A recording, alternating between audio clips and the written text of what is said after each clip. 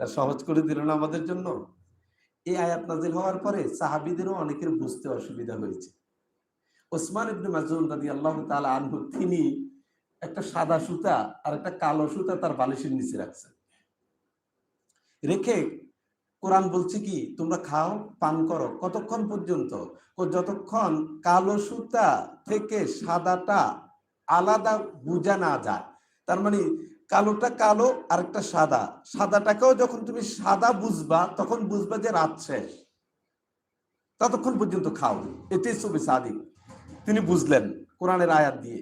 তখন তিনি আয়াত নাজিল হওয়ার পরে দুইটা সুতা তার বালিশের নিচে রাখছে। রাতে কতক্ষণ পর পরে এই দুইটা দেখে কালো সাদা বোঝা যায় কিনা, কিন্তু না, সেটা তো আলাদা করার পাচ্ছে না, আলাদা করতে পারছে না।